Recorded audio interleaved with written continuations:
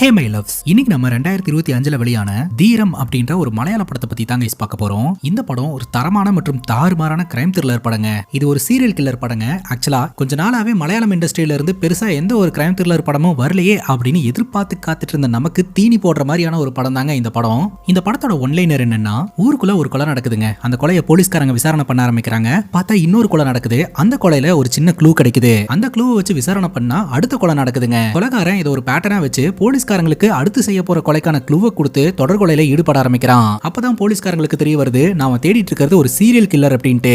அந்த serial killer யார் அப்படின்றத கண்டுபிடிச்சு இந்த கொலை சம்பவங்களை நிப்பாட்ட முடிஞ்சுதா, கில்லர் இந்த தொடர் கொலையில ஈடுபடுறதுக்கான காரணம் என்ன அப்படின்றது தான் மொத்த படமே. இந்த படத்தோட கிளைமேக்ஸ்ல நெஞ்ச பதற வைக்கிற மாதிரியான காட்சிகள்லாம் இருக்கும். மனசுக்கு ரொம்ப கஷ்டமாவும் இருக்கும். சரி, டைம் வேஸ்ட் பண்ணாம ஸ்ட்ரைட்டா வீடியோக்குள்ள போயிடலாம். நீங்க பார்த்துட்டு இருக்கிறது சரண் என்டர்டைன்மெண்ட். நான் தான் சரண். வாங்க வீடியோக்குள்ள போலாம். படத்தோட ஸ்டார்டிங் சீன்ல நம்ம ஹீரோவை காட்டுறாங்க. நம்ம ஹீரோட பேர் ஸ்டாலின். இவர் ஒரு போலீஸ் ஆபீசருங்க. ஏதோ ஒரு குற்றவாளியை ஒரு பிரிட்ஜ் மேல ஹீரோ துரத்திட்டு போற மாதிரி நம்ம கிட்ட காட்டுறாங்க. ஒரு கட்டத்துக்கு மேல நம்ம ஹீரோ கையில வச்சிருந்த கன்னால ஷூட் பண்றாருங்க. அதுக்கப்புறம் தான் அந்த இடத்துக்கு நம்ம ஹீரோடைய டீம் வராங்க. ஹீரோ இப்படி ஷூட் பண்ணிருக்க கூடாது, அவசரப்பட்டுட்டாரு அப்படின்ற மாதிரி யோசனை பண்ணிட்டு இவர் துரத்திட்டு வந்தவருக்கு என்னாச்சு அப்படின்னு பாக்குறதுக்காக ஓடுறாங்க. ஹீரோ மேல் இடத்துல அனுமதி வாங்காம துப்பாக்கியை பயன்படுத்தினதுனாலையும் ஒரு உயிரிழப்பு ஏற்பட்டதுனாலையும் நம்ம ஹீரோக்கு எதிராக என்கொயரி கமிஷன் ஒன்று வச்சிருக்காங்க. அதுல நம்ம ஹீரோ ஆஜராகணுங்க. இப்ப அந்த இடத்துக்கு உயரதிகாரி வந்துகிட்டு இருக்காருங்க. உயரதிகாரி நம்ம ஹீரோ பத்தி என்ன பேசிக்கிறாரு அப்படின்னா, ஹீரோவுடைய சர்வீஸ் ரெக்கார்டு பக்கா கிளீனா இருக்கு. ஆனா இவன் ஏன் இப்படி ஒரு விஷயத்த பண்ண அப்படின்றது தான் என்னாலேயே புரிஞ்சுக்க முடியல அப்படின்ற மாதிரி சொல்லிக்கிட்டு இருக்காரு. இந்த என்கொயரி கமிஷன்ல என்கொயரி பண்ணக்கூடிய ஒரு ஆளா ஃபாத்திமா அப்படின்றவங்கள தான் நியமிச்சிருக்காங்க. அவங்க ரொம்ப ஸ்ட்ரிக்ட் ஆபீசர் அப்படின்றதுனால அவங்க கிட்ட நம்ம வந்து கருணையெல்லாம் எதிர்பார்க்க முடியாது சார் அப்படின்னு கமிஷனரோட அசிஸ்டன்ட் சொல்லிக்கிட்டு இருக்காருங்க. அந்த என்கொயரி நடக்கிற இடத்துக்கு ஆன் டைமுக்கு இந்த கமிஷனரே வந்துட்டாரு. ஆனா ஹீரோ இன்னும் வந்து சேரவே இல்லைங்க. கால் பண்ணா போன் சுவிட்ச் ஆஃப்னு வருது. 10 நிமிஷம் லேட்டா தாங்க நம்ம ஹீரோ அந்த இடத்துக்கு வராரு. அப்ப இந்த கமிஷனர் சொல்றாரு, எவ்வளவு பெரிய சிக்கல்ல மாட்டிக்கிட்டு இருக்கோம், சீரியஸ்னஸே இல்லாம இருந்துட்டு இருக்க, எதுக்காக போனை சுவிட்ச் ஆஃப் பண்ணி வச்சிருக்க, இதுக்கெல்லாம் நிச்சயமா நீ வருத்தப்படுவாரு அப்படின்னு சொல்ல, அதுக்கு ஹீரோ சொல்றாரு, செஞ்ச காரியத்துக்கு நான் வருத்தப்பட மாட்டேன் சார், ஒருவேளை இதை செய்யாம விட்டுருந்தாதான் வருத்தப்பட்டிருப்பேன் அப்படின்னு சொல்லிட்டு இவங்க ரெண்டு பேருமே உள்ள நுழைறாங்க. இப்ப ஃபாத்திமா மேடம் கமிஷனரை கேள்வி கேட்கறாங்க. டிபார்ட்மெண்ட்ல உயர்ந்த இடத்துல இருக்கிற நீங்க 15 நிமிஷம் லேட்டா வரலாமா, ஆன் டைமுக்கு வரணும்னு உங்களுக்கு தெரியாதா அப்படின்னு கேட்க, தப்புதான் மேடம் மன்னிச்சிருங்க அப்படின்னு கமிஷனர் சொல்றாரு. உங்க மன்னிப்பெல்லாம் யாருக்கு தேவை, எதனால லேட்டுன்னு சொல்லுங்க அப்படின்னு கேட்க, நம்ம ஹீரோ பதில் சொல்றாருங்க, லாண்ட் ஆர்டர் தான் போலீஸ் டிபார்ட்மெண்ட் கையில இருக்கு, ரோடெல்லாம் வேற டிபார்ட்மெண்ட் கையில இருக்கு, அதனாலதான் லேட்டு அப்படின்னு சொல்ல, ஒரு ஆபீசர் இப்படியா பதில் சொல்லுவாங்க அப்படின்னு ஃபாத்திமா மேடம் டென்ஷன் ஆயிடுறாங்க. ஆக்சுவலா ரோட்ல டிராபிக் ஆனதுனாலதான் லேட்டா வந்திருக்காரு. ஆனா அதை பணிவா சொல்லாம இப்படி பதில் சொல்றாரு. ஃபாத்திமா மேடம் பாத்தீங்கன்னா இதுக்கு அவங்களோட கண்டனத்தை தெரிவிச்சுட்டு கமிஷனர் கிட்ட, நம்ம ஹீரோவை இந்த வழக்குல நீங்க தான் நியமிச்சீங்க, சோ என்ன நடந்தது அப்படின்றத டீடைல்டா சொல்லுங்க அப்படிங்கும் போது கதையை சொல்ல ஆரம்பிக்கிறாங்க. ஒரு பெரிய 5 ஸ்டார் ஹோட்டலோட பார்க்கிங் ஏரியால ஒரு பையன் மர்மமான முறையில, அதுவும் கொடூரமான முறையில கொல்லப்பட்டு இறந்து கிடக்கிறதா போலீஸ்க்கு தகவலுங்க. உடனடியாக கமிஷனர் வழக்க விசாரணை பண்றதுக்காக கிரைம் சீனுக்கு போறாரு. முதல்ல கொல்லப்பட்ட பையன் யாரு அப்படின்றத ஐடென்டிஃபை பண்றாங்க. அந்த பையனோட பேரு ஜான் அப்படின்றது தெரிய வருதுங்க. அது மட்டும் இல்லாம அந்த பையன் ரிட்டையர்ட் ஐஜியோட மருமகன் அப்படின்றதும் தெரிய வருது. இந்த பையன் இந்த ஹோட்டல்ல நடந்த டிஜே பார்ட்டில கலந்துக்கிறதுக்காக தான் வந்திருக்கான். அதுக்கப்புறம் இவனை பார்க்கிங் ஏரியால வச்சு யாரோ ஒருத்தங்க கொலை பண்ணி இருந்திருக்காங்க. கிரைம் சீன்ல ஸ்ட்ராங்கா ஒரு 3 எவிடன்சஸ் கிடைச்சிருக்குதுங்க. ஒன்னு கிரைமுக்கு பயன்படுத்தின கத்தி, ரெண்டாவது ஹேண்ட்மேட் செயினுங்க, அதுல சிலுவை உருவம் இருக்கு, மூன்றாவது அந்த பையன் கையில போட்டிருந்த பிரேஸ்லெட்ல ஒரு முடி ஒன்னு கிடைச்சிருக்குது. இந்த பையனை கில்லர் ஒரே இடத்துல திரும்ப திரும்ப குத்தி கொண்டிருக்கான் அப்படின்றதையும் கண்டுபிடிக்கிறாங்க. சோ இதை வச்சு பார்க்கும்போது தீராத பகையை தீர்த்துக்கிறதுக்காக தான் இந்த கொலையை கில்லர் பண்ணியிருக்கான். சோ ரிவெஞ்ச் நோக்கத்துக்காக தான் இந்த கொலை நடந்திருக்கு அப்படின்றத முதற்கட்ட இன்வெஸ்டிகேஷன்ல போலீஸ் கண்டுபிடிக்கிறாங்க. சம்பவம் நடக்கும்போது இந்த ஹோட்டல்ல இருந்தவங்க, டிஜே பார்ட்டில கலந்துக்கிட்ட பசங்க பொண்ணுங்க எல்லாருமே விசாரிங்க அப்படின்னு சொல்ல, தனித்தனியா எல்லாருமே போலீஸ்காரங்க விசாரணை பண்ண ஆரம்பிக்கிறாங்க. இந்த ஹோட்டலோட செக்யூரிட்டி தான் முதல்ல போலீஸ்க்கு இன்ஃபார்ம் பண்ணி இருந்திருப்பாரு போல. அவர்கிட்ட என்ன நடந்ததுன்னு விசாரிக்கும் போது, செக்யூரிட்டி அவரோட ரூம்ல இருக்கும்போது திடீர்னு பவர் கட் ஆயிட்டு அதுக்கப்புறம் திரும்ப வந்திருக்குதுங்க. அப்ப பார்க்கிங்ல நின்னுட்டு இருந்த கார்ல செக்யூரிட்டி அலாரம் அடிக்க ஆரம்பிச்சிருந்திருக்குது. என்னன்னு பாக்குறதுக்காக இவர் அந்த கார் கிட்ட வந்து பார்க்கும்போது ஒரு பொண்ணு அந்த இடத்துல மயங்கி கடந்திருக்கிறா. அவளுக்கு தலையில அடிபட்டு இருந்திருக்குது. யாரா இந்த பொண்ணு அப்படின்னு யோசனை பண்ணிட்டு அந்த கார் கிட்ட போய் பார்க்கும்போது தான் தெரிய வருது, அந்த இடத்துல இந்த பையன் இப்படி கொடூரமான முறையில கத்தியால குத்தப்பட்டு இறந்து கடந்திருக்கான். ஸ்பாட்ல இருந்து பிளாக் கலர் ஹுடி போட்டுட்டு முகத்தையெல்லாம் மறைச்சிட்டு ஒரு மர்ம நபர் அந்த இடத்துல இருந்து நடந்து போனதை இந்த செக்யூரிட்டி பார்த்திருந்திருக்காருங்க. பயந்து போய் அதுக்கப்புறம் ஓடி வந்து போலீஸ்ல இன்ஃபார்ம் பண்ணி இருந்திருக்காரு. நீங்க பார்த்த அந்த நபர் பார்க்கிறதுக்கு எப்படி இருந்தாரு அப்படின்னு கேட்கும்போது, கம்ப்ளீட்டா முகத்தை மறைச்சிருந்ததுனால அவருடைய முகம் எனக்கு தெளிவா தெரியல அப்படின்ற மாதிரி சொல்றாருங்க. அப்புறம் மயங்கின நிலைமையில அங்க கடந்த பொண்ணுடைய பேரு தியாங்க. தியாவை பாத்தீங்கன்னா இப்ப ஹாஸ்பிட்டல்ல அட்மிட் பண்ணிருக்காங்க. அங்க கட் பண்ணா ஒரு காஃபி ஷாப்பை காட்டுறாங்க. அந்த காஃபி ஷாப்ல இருக்கிற டிவில இந்த பையன் கொல்லப்பட்டதை பத்தின நியூஸ் எல்லாம் வந்துகிட்டு இருக்குதுங்க. அந்த நேரம் பார்த்து காஃபி ஷாப் ஓனர் உள்ள வராங்க. அப்ப அங்க வேலை பார்க்குற பொண்ணு, நியூஸ் பாத்தீங்களா, இந்த ஜான் அப்படின்றவனை யாரோ ஒருத்தவங்க கொன்னுட்டாங்களா அப்படின்னு சொல்ல, ஆமா அவன் யாராவது ஒரு பொண்ணை ஃபாலோ பண்ணிட்டு போயிருந்திருப்பான், தொந்தரவு பண்ணிருப்பான், அவனை கொண்டிருப்பாங்க, நீ போய் வேலையை பாரு அப்படின்னு சொல்லிட்டு அந்த காஃபி ஷாப் ஓனர் வந்து வேலை பார்க்க ஆரம்பிக்கிறாங்க. லைட்டா தயக்கத்தோட இந்த நியூஸையும் அவங்க பாக்குற மாதிரி நம்ம கிட்ட காட்டுறாங்க. இப்போ மயங்கின நிலைமையில இருந்த அந்த தியா அப்படின்ற ஒரு பொண்ணை பத்தி நம்ம நம்ம பார்த்திருந்தோம் இல்லையா, அந்த பொண்ணோட அப்பா அம்மா பாத்தீங்கன்னா இந்த ஊர்ல இருக்காத, நீ கிளம்பு அப்படின்னு சொல்லிட்டு அவசர அவசரமா அவங்களோட லக்கேஜ் எல்லாம் பேக் பண்ணி ஊரை விட்டு அனுப்புறதுக்கான முயற்சியில ஈடுபட்டு இருப்பாங்க. அந்த நேரம் பார்த்து போலீஸ்காரங்க வீட்டுக்கே போயிருவாங்க. அவசர அவசரமா எங்கேயோ கிளம்பிட்டீங்க போல அப்படின்னு சொல்லி கேட்டுட்டு விசாரணையை தொடங்குறாங்க. இந்த பொண்ணுக்கும் செத்து போன ஜான் அப்படின்ற பையனுக்கும் என்ன தொடர்பு, இவங்க எப்படி அந்த கிரைம் சீனுக்கு போனாங்க, என்ன நடந்தது அப்படின்றத டீடைல்டா சொல்லுங்க அப்படின்னு கேட்க அந்த பொண்ணு சொல்றா, ஃப்ரெண்ட்ஸ் எல்லாருமே டிஜே பார்ட்டிக்கு போலாம் அப்படின்ற மாதிரி கூப்பிட்டு இருந்திருக்காங்க. ஆனா இந்த பொண்ணுக்கு பார்ட்டி அட்டென்ட் பண்றதுல விருப்பம் இல்ல. இருந்தாலும் எல்லாரும் ஒன்னா தான் அந்த ஹோட்டலுக்கு போயிருந்திருக்காங்க. ஃப்ரெண்ட்ஸ் எல்லாருமே நீங்க போய் பார்ட்டி அட்டென்ட் பண்ணுங்க, நான் காருக்குள்ள உட்காந்து படம் பார்த்துக்கிட்டு இருக்கேன் அப்படின்னு சொல்லிட்டு இந்த பொண்ணு மட்டும் தனியா காருக்குள்ள உட்காந்து படம் பார்த்துக்கிட்டு இருந்திருக்காங்க. திடீர்னு பார்க்கிங் ஏரியால பவர் கட் ஆயிருந்திருக்குதுங்க. அந்த நேரம் பார்த்து பார்க்கிங்ல நின்னுட்டு இருந்த இன்னொரு கார்ல இருந்து எமர்ஜென்சி அலாரமும் வந்திருக்கு. என்னன்னு பாக்குறதுக்காக இந்த பொண்ணு காரை விட்டு இறங்கி அலாரம் அடிச்சிட்டு இருக்கக்கூடிய கார் கிட்ட போயிருந்திருக்கா. ரொம்ப இருட்டா இருந்ததுனால இவளுடைய போன்ல பாத்தீங்கன்னா லைட் ஆன் பண்ணிட்டே கிட்ட போயிருந்திருக்கா. திடீர்னு பவர் வந்திருக்கு. பார்த்தா அந்த இடத்துல இந்த ஜான் கொடூரமான முறையில கொல்லப்பட்டு இறந்து கிடந்திருக்கான். அதை பார்த்து பயந்து போன இந்த பொண்ணு ரொம்ப வேகமா அந்த இடத்துல இருந்து ஓடி இருந்திருக்கா. அப்படி ஓடும் போது அங்க இருக்கக்கூடிய பில்லர்ல நிலத்தட்டு மாதிரி அடிச்சு அங்கேயே கீழே விழுந்து மயங்கி இருந்திருக்கா. இதுதான் நடந்த விஷயம் அப்படின்ற மாதிரி இவ சொல்றா. போலீஸ்காரங்க இந்த பொண்ணோட ஸ்டேட்மெண்ட்டை நோட் பண்ணிக்கிறாங்க. அதே சமயம் இந்த பொண்ணு கிட்ட இருந்த ஹேர் சாம்பிள், கைரேக சாம்பிள் அப்படின்னு சொல்லிட்டு எல்லாத்தையுமே கலெக்ட் பண்ணிக்கிறாங்க. நீங்க சொன்னதெல்லாம் உண்மையா இருக்கணும் அப்படின்னு வேண்டிக்கோங்க. எங்களோட இன்வெஸ்டிகேஷன்ல நீங்க சொன்னதெல்லாம் பொய் அப்படின்னு தெரிய வந்ததுன்னா அதுக்கப்புறம் காலம் முழுக்க கழிதிங்க வேண்டியதுதான் அப்படின்னு வார்ன் பண்ணிட்டே அந்த இடத்துல இருந்து கிளம்புறாங்க. ராத்திரி போலீஸ்காரங்க வழக்கமான ரோந்து பணியில ஈடுபட்டு இருக்கும்போது ஒருத்தன் குடிச்சிட்டு பைக் ஓட்டிட்டு வந்தான் அப்படின்னு சொல்லி போலீஸ்காரங்க அரெஸ்ட் பண்ணி ஸ்டேஷன்ல கொண்டாந்து வச்சிருவாங்க. அப்போ ஒரு கான்ஸ்டபிள் கேட்கிறாரு, இவனை எதுக்கா சார் புடிச்சிட்டு வந்து உட்கார வச்சிருக்கீங்க, இவன் ஸ்டாலின் சாரோட பிரதர் அப்படின்னு சொல்ல, ஹீரோக்கு சிஸ்டர் இருக்கிறதா தான் நான் கேள்விப்பட்டிருக்கேன், பிரதருமா இருக்கு அப்படின்னு கேட்க அப்பதான் கான்ஸ்டபிள் சொல்றாரு, நம்ம ஹீரோடைய அப்பா இருக்கிறார் இல்லையா, அவரோட 2வது மனைவிக்கு பிறந்த பையன் தான் இவன். ஆக்சுவலா இவன் ஒரு அஃபேர்ல பிறந்த பையன், இந்த விஷயத்தை சீக்கிரட்டா மெயின்டைன் பண்ணிட்டு இருக்காங்க அப்படின்ற மாதிரி சொல்ல, கரெக்டா நம்ம ஹீரோ ஸ்டேஷனுக்கு வராரு. இந்த பையனை பார்த்துட்டு இவனை எதுக்காக கூட்டு வந்து உட்கார வச்சிருக்கீங்க, என்ன கேஸ் அப்படின்னு கேட்க, ட்ரிங்க் அண்ட் டிரைவ் சார், இன்னும் கேஸ் போடல, உங்க பிரதர்னு தெரியாது அப்படிங்கும் போது பட்டுன்னு அந்த பையன் சொல்றான், இவரோட பிரதர் எல்லாம் ஸ்பெஷல் ட்ரீட்மெண்ட்லாம் கொடுக்க வேண்டாம் அப்படிங்கும் போது ஹீரோ பணம் எடுத்து கொடுக்குறாருங்க, ஃபைனை நான் கட்டுற, இவனை அமுச்சு விட்டுருங்க அப்படின்ட்டு. உடனே இந்த பையன் சொல்றான், எனக்காக யாரும் காசு கொடுக்க தேவையில்ல, எனக்கு அம்மா இருக்கு, அம்மா வந்து காசு கட்டுவாங்க அப்படின்னு சொல்ல, அந்த நேரம் பார்த்து கமிஷனர் கிட்ட இருந்து ஹீரோக்கு கால் வருதுங்க. அந்த பார்க்கிங் ஏரியால நடந்த கொலை வழக்க ஹீரோ கிட்ட கொடுக்கறதுக்காக தான் கமிஷனர் கால் பண்ணிருக்காரு போல. உடனடியா ஹீரோ கிளம்புறாரு. அப்படி கிளம்பும் போது பிரதரை முறைச்சு பார்த்துட்டே கிளம்புறாருங்க. இப்ப கமிஷனர் சொல்றாரு, நான் உங்ககிட்ட கேட்காமயே ஒரு முடிவு எடுத்துட்டேன், செத்தது ரிட்டையர்ட் ஐஜியோட மருமகன், அதனால கொஞ்சம் பிரஷரா இருக்கு, உனக்கு ஏதாவது ப்ராப்ளம் இருக்கா அப்படின்னு கேட்கும்போது, அதான் நீங்களே முடிவு எடுத்துட்டீங்களே சார், எனக்கு வேற என்ன ஆப்ஷன் இருக்கு, நான் இந்த வழக்கை எடுத்துக்கிறேன் அப்படின்ற மாதிரி இந்த வழக்கை எடுத்துக்கிறாருங்க. இப்ப நம்ம ஹீரோக்கு அசிஸ்டன்டா 2 போலீஸ்காரங்களை கமிஷனர் நியமிக்கிறாருங்க. இவங்க 3 பேருமே கிரைம் நடந்த ஸ்பாட்டுக்கு போறாங்க. அங்க வச்சு நம்ம ஹீரோ ஃபைல வாங்குறாருங்க.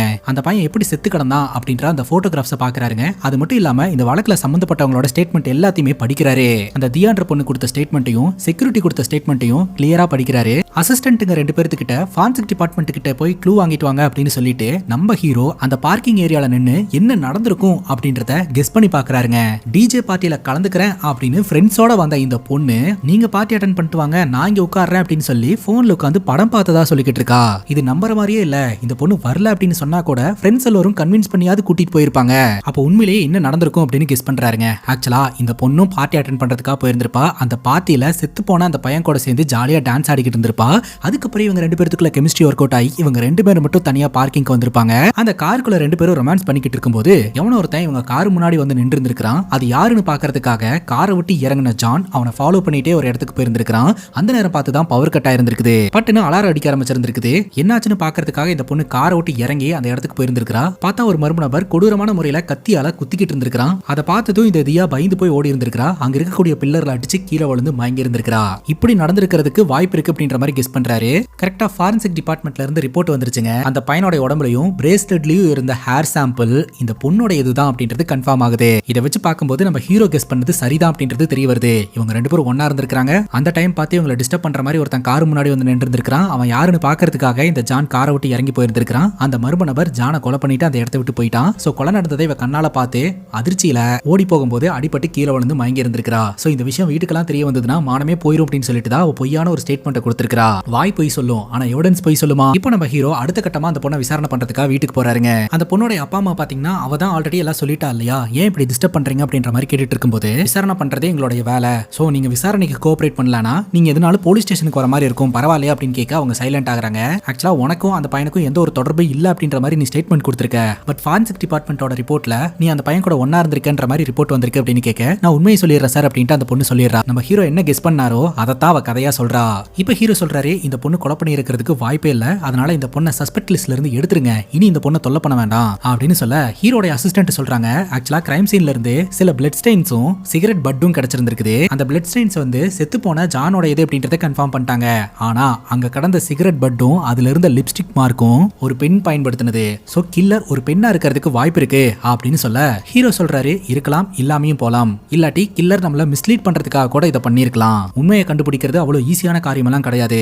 அடுத்த கட்டமா நம்ம பண்ண வேண்டிய விஷயம் என்னன்னா, இந்த ஜான் சம்பந்தப்பட்ட விஷயங்கள் எல்லாத்தையுமே வந்து கிராஸ் வெரிஃபிகேஷன் பண்ணலாம், அவனோட உறவினர்கள் ஃப்ரெண்ட்ஸ் எல்லாருமே இன்வெஸ்டிகேஷன் பண்ணலாம் அப்படின்னு சொல்றாருங்க. அப்பதான் இன்னொரு விஷயம் தெரிய வருதுங்க. கொஞ்ச நாளைக்கு முன்னாடி இந்த ஜான் மேல ராதிகா அப்படின்ற ஒரு பொண்ணு போலீஸ் ஸ்டேஷன்ல கம்ப்ளைண்ட் கொடுத்திருந்திருக்கா. அந்த கம்ப்ளைண்டோட காப்பியை வச்சுக்கிட்டு நேரா ராதிகா அப்படின்ற ஒரு பொண்ணை மீட் பண்றதுக்காக போறாங்க. இந்த ராதிகா வேற யாரும் கிடையாதுங்க, படத்தோட ஸ்டார்டிங் சீன்ல ஒரு காஃபி ஷாப் ஓனரை நம்ம பார்த்தோம் இல்லையா, அந்த ஓனர் தான். அந்த ஓனர் கிட்ட இந்த ஜானை பத்தி விசாரிக்கும் போது, ஆக்சுவலா இந்த ஜான் யாருன்னு கூட எனக்கு தெரியாது அப்படின்றாங்க. யாருனே தெரியாத ஒருத்தர் மேல கம்ப்ளைண்ட் கொடுத்து வச்சிருக்கீங்க அப்படின்னு கேட்கும்போது அப்பதான் விஷயம் தெரிய வருது. கிரண் அப்படின்ற ஒரு பையன் தன்னோட கேர்ள் ஃப்ரெண்டோட இந்த காஃபி ஷாப்புக்கு காஃபி குடிக்கிறதுக்காக வந்திருக்கான். அப்ப திடீர்னு இந்த ஜான் காஃபி ஷாப்புக்குள்ள நுழைஞ்சு அந்த கிரண் கிட்ட சண்டை போட ஆரம்பிச்சிருந்திருக்கான். பொண்ணுங்க விஷயத்துல தான் இவங்க ரெண்டு பேருக்குள்ள சண்டை வந்திருக்குதுங்க. அந்த சண்டை பெருசாகி அந்த காஃபி ஷாப்ல இருக்கக்கூடிய பொருட்கள் எல்லாம் போட்டு உடைக்கிற அளவுக்கு அடிச்சு மல்லு கட்டிக்கிட்டு இருந்திருக்கானுங்க. இதை பார்த்த ராதிகா பயங்கர டென்ஷன் ஆயிட்டாங்க. யாரா நீங்க என்னோட காஃபி ஷாப்புக்குள்ள வந்து என்னோட பொருட்களை எல்லாம் போட்டு டேமேஜ் பண்ணிட்டு இருக்கீங்க அப்படின்னு சொல்லிட்டு இவனுங்க மேல போய் கம்ப்ளைண்ட் கொடுத்து வச்சிருந்திருக்காங்க. சோ இதனாலதான் இவன் சம்பந்தப்பட்ட நியூஸ் வரும்போது இந்த கஃபே ஓனர் வந்து டிவில அந்த நியூஸை தயக்கத்தோட பார்த்துட்டு இருந்திருப்பாங்க. பட் மத்தபடி இந்த ஜானுக்கும் இந்த காஃபி ஷாப் ஓனர் ராதிகாக்கும் எந்த பிரச்சனையும் இல்லன்றது தெரிய வருது. இப்ப ராதிகாவோட ஸ்டேட்மெண்ட் படி கிரண் அப்படின்ற ஒரு பையனோட பேர் அடிபடுது இல்லையா, சோ அவங்க ரெண்டு பேருக்கும் ஒரு பொண்ணு விஷயத்துல சண்டை நடந்தது அப்படின்ட்டு. கிரண் அப்படின்ற அந்த பையனை பத்தி விசாரிக்கும் போது அந்த பையனும் ஜானும் ஒன்னா படிச்சவங்க தான். பட் ஜான் செத்து போனதுல இருந்து கிரணும் தலைமறைவாயிட்டான் அப்படின்றது தெரிய வருதுங்க. இவனை கான்டாக்டே பண்ண முடியல. சரி நேரடியாவே அவனோட வீட்டுக்கு போயிடலாம் அப்படின்ட்டு இவங்க வீட்டுக்கு போறாங்க. பார்த்தா அவனோட வீடு பூட்டப்பட்ட நிலைமையில இருந்துட்டு இருக்குதுங்க. ஹீரோ அசிஸ்டன்ட் கிட்ட அக்கம் பக்கத்துல யாராவது இருக்காங்களான்னு பாத்துட்டு வாங்க அப்படின்னு சொல்லிட்டு ஹீரோ பாத்தீங்கன்னா கதவை தள்ளி தள்ளி ஓபன் பண்ணிடுறாருங்க. உள்ள போய் பார்த்தா சரக்கு பாட்டிலும் ஸ்டஃபிங்ஸாவும் இருக்குதுங்க. சோ இந்த வீட்ல ஃபுல்லாவே பார்ட்டி பண்ணிருக்காங்க அப்படின்றது ஹீரோக்கு தெரிய வருது. அந்த வீடு முழுக்க சுத்தி பார்த்துட்டு அதுக்கப்புறம் வீட்டை விட்டு வராருங்க. கிரண் எங்க போயிருப்பான் அப்படின்ற டீடைல் பெருசா கிடைக்கல அப்படின்ட்டு அங்கிருந்து கிளம்பலான்னு நினைக்கும் போது வீட்டுக்கு வெளியில ஒரு போஸ்ட் பாக்ஸ் இருக்குங்க. அந்த போஸ்ட் பாக்ஸ்க்குள்ள சரியா விழாம வெளியிலேயே நீட்டிட்டு ஒரு லெட்டர் இருக்கும். அந்த லெட்டர் யாருக்கு வந்திருக்கும் அப்படின்னு பாத்தீங்கன்னா இறந்து போனான் இல்லையா ஜான், அவனுக்கு வந்திருக்குங்க. ஓபன் பண்ணி பார்த்தா போலரைடு கேமரால எடுக்கப்பட்ட ஒரு போட்டோ இருக்கும். இன்ஸ்டன்டா போட்டோ வெளியில வருமே அந்த போட்டோ தாங்க. அந்த போட்டோல என்ன இருக்கும் அப்படின்னா ஒரு செவுத்துல ஜானை நான் குத்தி குத்தி கொல்லுவேன் அப்படின்ற மாதிரி எழுதப்பட்டிருக்கும். அதை போட்டோ எடுத்து லெட்டர்ல போட்டு ஜானுக்கே அனுப்பி வச்சிருக்காங்க யாரோ. இதுல இருந்து நமக்கு என்ன தெரியுதுன்னா யாரோ ஒருத்தங்க சேலஞ்ச் பண்ணி தான் ஜானை கொலை பண்ணிருக்காங்க அப்படின்ட்டு. பட் இந்த லெட்டர் கிரணோட வீட்டு லெட்டர் பாக்ஸ்ல இருக்குதுங்க. கிரண் எங்க போனானா தெரியல. அங்க கட் பண்ணா ஷர்தா அப்படின்ற ஒரு பொண்ணை காட்டுறாங்க. இந்த பொண்ணு ஒரு இன்வெஸ்டிகேட்டிவ் ஜெர்னலிஸ்டா இருந்துட்டு இருக்காங்க. சோ இப்போ ஐஜியோட மருமகனான ஜான் கொல்லப்பட்ட வழக்கை எடுத்து இன்வெஸ்டிகேஷன் பண்ணி இவங்க சில ஆர்டிகல்ஸ் எல்லாம் ரெடி பண்ணிட்டு இருக்கிறதா சொல்றாங்க. சரி இந்த ஒர்க் எல்லாம் நீ அப்புறம் பாத்துப்பியாமா, நான் ஃப்ரெஷ் ஆயிட்டு வரேன், எனக்கு ஃபுட் ஆர்டர் பண்ணு அப்படின்னு ஃப்ரெண்டு சொல்லிட்டு குளிக்கிறதுக்காக போயிருவாங்க. இப்ப போலீஸோட இன்வெஸ்டிகேஷன்ல கிரண் அப்படின்ற பையன் எங்க இருக்கா அப்படின்றத கண்டுபிடிச்சிட்டோம்னா ஜான் இறந்ததை பத்தின ஏதாவது லீடு கிடைக்கும் அப்படின்னு கிரணை தேட ஆரம்பிப்பாங்க. அப்பதான் போலீஸ்க்கு ஒரு அதிர்ச்சி காத்துக்கிட்டு இருக்கு. ஊருக்குள்ள ஒரு நபர் மரத்துல தூக்கிட்டு இறந்து கிடக்குறாரு அப்படின்ற தகவல் தெரிய வருதுங்க. அந்த ஏரியால இருக்கக்கூடிய போலீஸ்காரங்க வந்து பாக்குறாங்க. பட் அந்த போலீஸ்காரங்களுக்கு விக்டம் யாருன்னு தெரியல. முதல்ல செத்தது யார் அப்படின்றத ஐடென்டிஃபை பண்ணணும் அப்படின்னு முடிவெடுக்கிறாங்க. சோ அந்த இடத்துக்கு சர்தா கேமராவோட போய் போட்டோஸ் எல்லாம் எடுக்க ஆரம்பிக்கிறான். அந்த போலீஸ் ஆஃபீஸர் நீங்க யார் எதுக்கு போட்டோ எல்லாம் எடுக்கிறீங்க அப்படின்னு கேட்கும்போது நான் ஒரு ரிப்போர்ட்டர் தான் அப்படின்னு சொல்ல, ஃபார்மாலிட்டிஸ் எல்லாம் முடிச்சதுக்கு அப்புறம் நீங்க வந்து போட்டோ எல்லாம் எடுத்துப்பீங்களாமா, இப்ப வேண்டாம் அப்படின்ற மாதிரி போலீஸ்காரங்க சொல்றாங்க. ஸ்டேஷன்ல மிஸ்ஸிங் கேஸ் ஏதாவது ரெஜிஸ்டர் ஆயிருக்குதா அப்படின்னு பார்த்து அதை வச்சு செத்தது யாருன்றதை ஐடென்டிஃபை பண்ணலாம்னு கிளம்புறாங்க.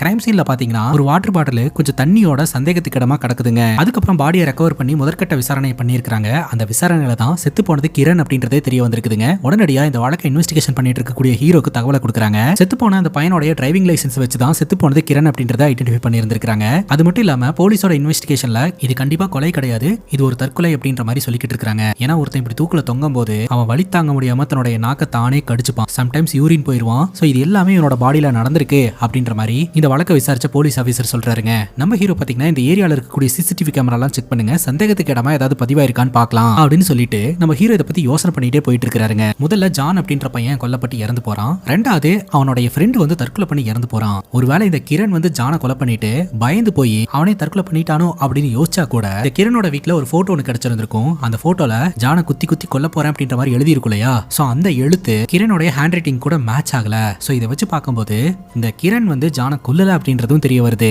இப்ப விஷுவலா என்ன நடந்தது அப்படின்றத நம்ம கிட்ட காட்டுறாங்க. இந்த கிரணை கைத்துல தொங்க விட்டு ஒரு மர்ம நபர் தான் கொலை பண்ணி இருந்திருக்கான். அந்த இடத்துல வாட்டரோட இருக்கக்கூடிய ஒரு வாட்டர் பாட்டில க்ளூவாவும் விட்டுட்டு போயிருந்திருக்கான். ஹீரோடைய கட் ஃபீலிங் என்ன சொல்லுதுன்னா, ஜானை கொலை பண்ணவன் தான் இந்த கிரணையும் கொலை பண்ணிருப்பான். எனக்கு தெரிஞ்சு இந்த வழக்கு ரொம்ப காம்ப்ளிகேட்டடா மாறப்போகுது அப்படின்ற மாதிரி சொல்லிட்டு இருக்காரு. இப்ப சர்தா அப்படின்ற ஒரு ஜேர்னலிஸ்ட நம்ம பார்த்தலையா, அவங்க இந்த காஃபி ஷாப் ஓனர் கிட்ட போயிட்டு செத்து போன 2 பேருமே சாவறதுக்கு முன்னாடி உங்க காஃபி ஷாப்ல வச்சு தான் சண்டை போட்டு இருந்திருக்காங்க.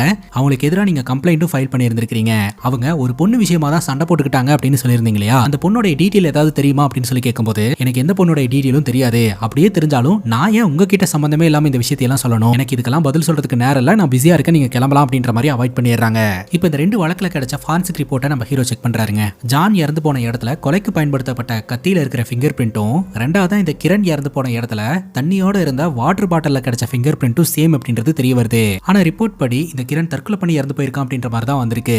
இப்போ அந்த ஏரியா சிசிடிவி கேமராவை செக் பண்ண சொல்லியிருந்தார் இல்லையா, சிசிடிவி ஃபுட்டேஜ்ல சந்தேகத்துக்கு இடமா ஒரு ரெட் கலர் ஜீப் ஒன்று பதிவா இருந்திருக்குங்க. அந்த ஜீப்போட நம்பர் பிளேட்டை செக் பண்ணி பார்த்தா கீர்த்தி அப்படின்ற ஒரு பொண்ணோட பேர்ல தான் அந்த வண்டி ரிஜிஸ்டர் ஆயிருக்கும். யார் அந்த கீர்த்தி அப்படின்னு பார்த்தா ரெண்டாவதா இறந்து போன கிரணோட தங்கச்சிங்க. இப்ப வீட்டுல போயிட்டு விசாரணை பண்ணா கிட்டத்தட்ட 1.5 மாசமாவே அந்த வண்டி வெளியெடுக்காம வீட்லயே தான் இருக்குது. அப்படியே அந்த வண்டி எடுத்தாலும் கீர்த்தி மட்டும்தான் வண்டி எடுப்பா அப்படின்ற மாதிரி அவங்க அப்பா சொல்றாங்க. கொலை நடந்த டே ஆன சனிக்கிழமை இந்த வண்டி எங்க இருந்தது அப்படின்னு கேட்கும்போது வீட்டுல தான் இருந்தது, வேணா நீங்க சிசிடிவி கேமரா செக் பண்ணிக்கலாம் அப்படின்ற மாதிரி சொல்றாங்க. இவங்களுக்கு பெருசா இந்த வழக்குல லீடு கிடைக்காதனால அந்த இடத்த விட்டு கிளம்புறாங்க. அப்படி கிளம்பும் போது கரெக்டா போஸ்ட்மேன் அவங்க வீட்டுக்குள்ள போறாங்க. அவங்க அப்பா அடிச்சு புடிச்சு நம்ம ஹீரோ கிட்ட எதையோன கொண்டாந்து கொடுக்குறாருங்க. என்னன்னு பார்த்தா இந்த போலரைடு கேமரால எடுக்கப்பட்ட போட்டோ. ஜானை கொலை பண்ணதுக்கு அப்புறம் கிரண் உன்னையும் நான் கொல்லாம விட மாட்டேன் அப்படின்ற மாதிரி ஒரு செவுத்துல எழுதி அந்த செவுத்த போட்டோ எடுத்து இவங்க வீட்டுக்கு கில்லர் அனுப்பி வச்சிருக்கான். ரெண்டாவதா இறந்து போன கிரணும் கொல்லப்பட்டு தான் இறந்து போயிருக்கான் அப்படின்றது இதுல இருந்து தெரிய வருதுங்க. ஜான் வந்து சனிக்கிழமை கொல்லப்பட்டு இறந்து போயிருக்கான். அதுக்கப்புறம் அடுத்த வாரம் சனிக்கிழமை தான் இந்த கிரண் கொல்லப்பட்டு இறந்து போயிருக்கான். அப்ப சனிக்கிழமை தான் இந்த கில்லர் கொலை பண்றான் போல அப்படின்னு சொல்லிட்டு சனிக்கிழமைகள்ல கொஞ்சம் கேர்ஃபுல்லா இருக்கணும் அப்படின்னு சொல்லிட்டு இருக்கும்போது 2 கொலை நடந்த இடத்துலயுமே புல்லட்ல ஒரு நபர் வந்துட்டு போயிருந்திருக்காரு. சோ அந்த நபர் கம்ப்ளீட்டா பிளாக் கலர் ட்ரெஸ் போட்டு இருந்ததுனால அது யாருன்னு தெரியல. பட் இந்த கொலைகள் தொடரும் அப்படின்ற மாதிரி மட்டும் தோணுது. அதனால செத்து போன இந்த பசங்களுடைய ஃப்ரெண்ட்ஸ் ஃபேமிலி எல்லாருக்குமே நம்ம கொஞ்சம் பாதுகாப்பு கொடுக்கணும் அப்படின்ற மாதிரி ஹீரோ சொல்றாரு. அப்ப ஹீரோட அசிஸ்டன்ட் கேக்குறாங்க, அப்போ இதுக்கு பின்னாடி இருக்கிறது ஒரு கில்லர் கிடையாது, ஒரு சீரியல் கில்லர் அப்படிங்கும்போது, ஆமா இதுக்கு பின்னாடி இருக்கிறது ஒரு சைக்கோபாத் சீரியல் கில்லர், அதுவும் ஒரு விமன் அப்படின்னு சொல்ல எல்லாருக்குமே தூக்கி வாரி போடுதுங்க. ஒரு பெண் தான் இந்த தொடர் கொலைகள்ல ஈடுபட்டு இருக்காளா அப்படின்ட்டு. என்னுடைய கெஸ்ஸிங் மட்டும் கரெக்டா இருந்தது அப்படின்னா இந்நேரம் அவளுடைய 3வது விக்டமை தேர்ந்தெடுத்திருந்திருப்பா அப்படின்னு சொல்ல, இப்ப விஷுவலா நம்ம கிட்ட காட்டுறாங்க. எம்எல்ஏவோட பையன் பாத்தீங்கன்னா வீட்டுல போதை பொருள் எல்லாம் பயன்படுத்திக்கிட்டு இருப்பான். அவனை மீட் பண்றதுக்கு அவர் 2 பேர் வந்திருக்கானுங்க. சோ இவனுக்கு 2 பேர்த்துக்கிட்ட ஃபர்ஸ்ட் குவாலிட்டி ஸ்டஃப் இருக்குதான். பட் வெளியில போலீஸ்காரங்க ரைட் எல்லாம் விட்டுட்டு இருக்கிறதுனால இது இவங்க கிட்ட இருந்தா சேஃபா இருக்கும். ஏன்னா இவன் எம்எல்ஏ பையன் அப்படின்றதுனால ஈஸியா போலீஸை சமாளிச்சிடலாம் அப்படின்னு இவங்க கிட்ட கொடுத்து வைப்பாங்க. இவனும் பாத்தீங்கன்னா வீட்டுல இருந்து ரெடி ஆயிட்டு அதை சேஃபான ஒரு இடத்துல கொண்டு போய் வைக்கலான்னு கார்ல போய்கிட்டு இருப்பான். இப்போ நம்ம ஹீரோடைய டீம் பாத்தீங்கன்னா ரோந்து பணியில ஈடுபட்டு இருப்பாங்க. சந்தேகத்துக்கு இடமா ஏதாவது பைக்கோ இல்ல காரோ வந்ததுன்னா உடனடியா செக் பண்ண சொல்லி, இப்போ இந்த எம்எல்ஏவோட பையன் பாத்தீங்கன்னா கார் எடுத்துட்டு போயிட்டு இருக்கும்போது போலீஸ்காரங்க வழிமறிப்பாங்க. எங்க வண்டி நின்னுச்சுன்னா போதை பொருள் மாட்டிக்குமோ அப்படின்னு சொல்லிட்டு நிக்காம அவன் கார் எடுத்துட்டு போயிருவான். உடனடியா கண்ட்ரோல் ரூமுக்கு தகவலை கொடுத்துட்டு இந்த காரை போலீஸ்காரங்க ஃபாலோ பண்ண ஆரம்பிப்பாங்க. நீண்ட நேரம் தேடுதலுக்கு பின்னாடி இந்த கார் ஒரு இடத்துல நின்னுட்டு இருக்கும். போய் கார் ஓபன் பண்ணி பார்த்தா உள்ள எம்எல்ஏவோட பையன் இருக்க மாட்டான், ஆனா போதை பொருள் இருக்கும். இதுக்காக தான் பயந்து போயிருக்கான். நாம தேடிட்டு இருக்கக்கூடிய கில்லர் இவன் கிடையாது அப்படின்னு சொல்லிக்கிட்டு இருக்க பார்த்தா அந்த கார் நிக்கிற இடத்துல இருந்து கொஞ்சம் தூரம் தள்ளி இந்த எம்எல்ஏவோட பையனை பயங்கரமா கட்டி வச்சு வாயெல்லாம் கூட அடைச்சு வச்சிருப்பாங்க. வாயில இருந்து ஒரு இம்மி அளவு கூட சவுண்ட் வராத அளவுக்கு அவனோட வாயெல்லாம் ஸ்டிக்கர் போட்டு ஒட்டி வச்சிருப்பாங்க. ஆக மொத்தம் ஹீரோவோட கெஸ்ஸிங் கரெக்ட் தான். கில்லர் அடுத்த கொலைக்கு ரெடி ஆயிட்டா அப்படின்ட்டு. இப்போ இந்த எம்எல்ஏவோட வீட்டுக்கு ஒரு போலீஸ் ஆபீசர் போறாரு. உங்க பையனுடைய காரை நாங்க செக் பண்ணதுல ஏகப்பட்ட போதைப் பொருள் எங்களுக்கு கிடைச்சிருக்குது. அது சின்ன குவான்டிட்டி எல்லாம் கிடையாது, ரொம்ப பெரிய அளவு. ஆனா உங்க பையன் மிஸ் ஆயிட்டான். உங்க பையன் எங்க அப்படின்ற மாதிரி கேட்க அந்த பையனுடைய அம்மா சண்டைக்கு வந்துடுறாங்க.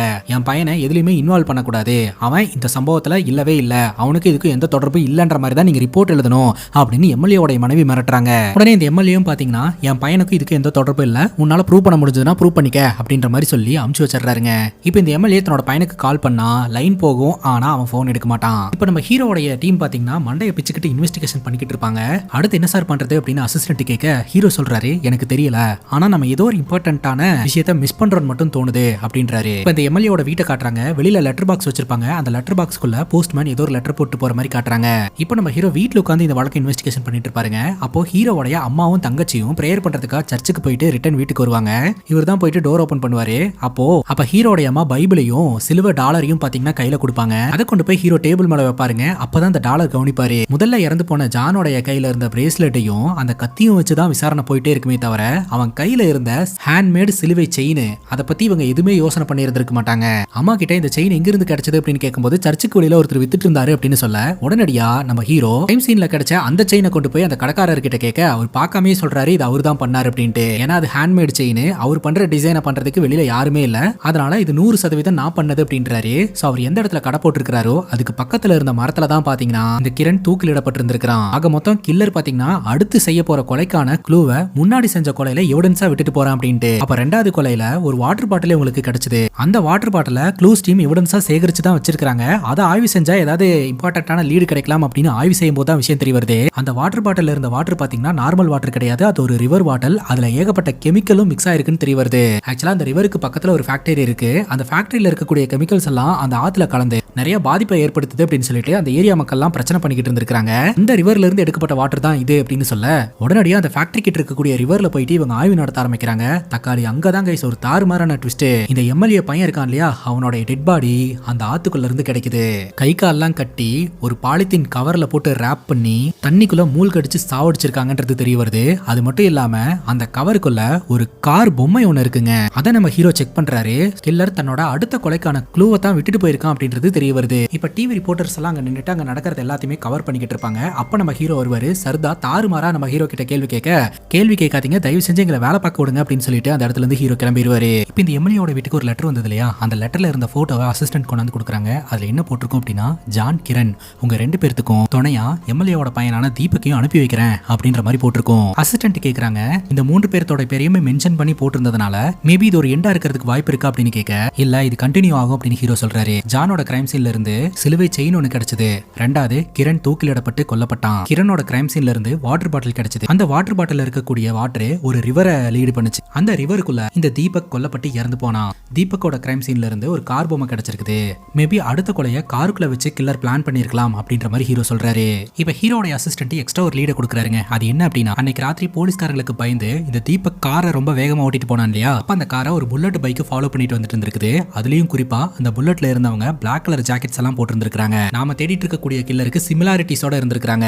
இவங்க சந்தேகப்படுற நபர் இந்த ரூட்ல தான் போயிருப்பாங்க அப்படின்னு அந்த ஏரியா சிசிடிவி ஃபுட்டேஜை ஒன்னா செக் பண்ணும் போது அந்த புல்லட்ல போன நபரோட வீடு எது அப்படின்றத கண்டுபிடிச்சிடுறாங்க. அங்க போய் பார்த்தா ஒரு பொண்ணு தான் அந்த பிளாக் கலர் ஜாக்கெட் போட்டு வந்திருக்கா. சோ அவளை போலீஸ்காரங்க பிடிச்சிடுறாங்க. இதுக்கு பின்னாடி ஒரு பெண் தான் இருக்கா. பெண் தான் சீரியல் கில்லிங்ல ஈடுபட்டு இருக்கா அப்படின்ற வரைக்கும் போலீஸ்காரங்களோட ஃபைண்டிங்ஸா இருக்கு. இப்போ ஒரு பொண்ணு அதே மாதிரியான பேட்டர்ன்லாம் மாற்றா. இந்த பொண்ணு வேற யாரும் கிடையாதுங்க, அந்த காஃபி ஷாப்போட ஓனர் இருக்காங்க இல்லையா ராதிகா, அவங்க தான். இன்ட்ரோகேஷன் ரூம்ல வச்சு இந்த 3 கொலைகளையும் நீ தான் பண்ணியா அப்படின்னு கேட்க, அப்பதான் ராதிகா விஷயத்த சொல்றாங்க.